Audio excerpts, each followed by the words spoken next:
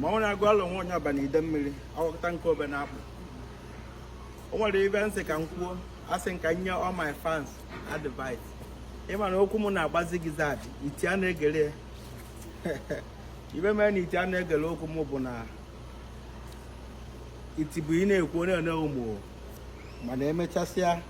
ịfụ na ibe abụ ị na-ekwu na ọ mara maka ya. So ibe nsị ka m bịa kwuo tata bụ na gụbụ ikolobịa kanụ be nna gị ịka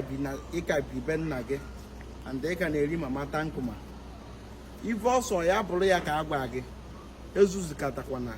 jeje mabụrụ nwaanyị n'ụba before nụọ nwaanyị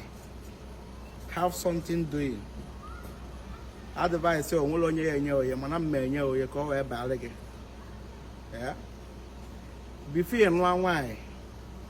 have something doing and ọma karịa anọ na be nna gị wee nụbara amụnye ya bụ onye aida na-elụpụrụ ụlọ ma ọ bụ na iji ebi lieutenant maka ahịa ụlọ mma wee merie mpa wee merie ụmụnne wee merie nwunye ụmụnne wee mee. So to avoid asịrị, to avoid nsogbu, to avoid itisa ngwuru before nụọ nwaanyị nwee something doing and gbaa mbọ ka ụnụ lapụ ibikọ ọnụ. Asịkwa ngụgụ ebi na be papa gị mana o nwere ibe nna ekwu onye nwere uche ghọta ibe nna ekwu